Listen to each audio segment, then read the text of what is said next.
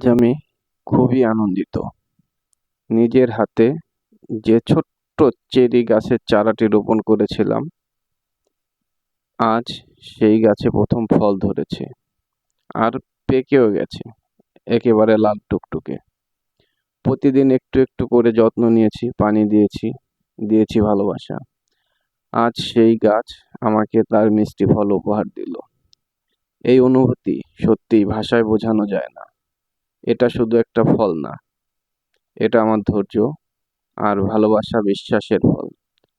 আপনারাও গাছ লাগান, গাছ ভালোবাসুন। কারণ প্রকৃতি যখন ভালোবাসা ফিরিয়ে দেয়, সেটা হয় নিঃস্বার্থ।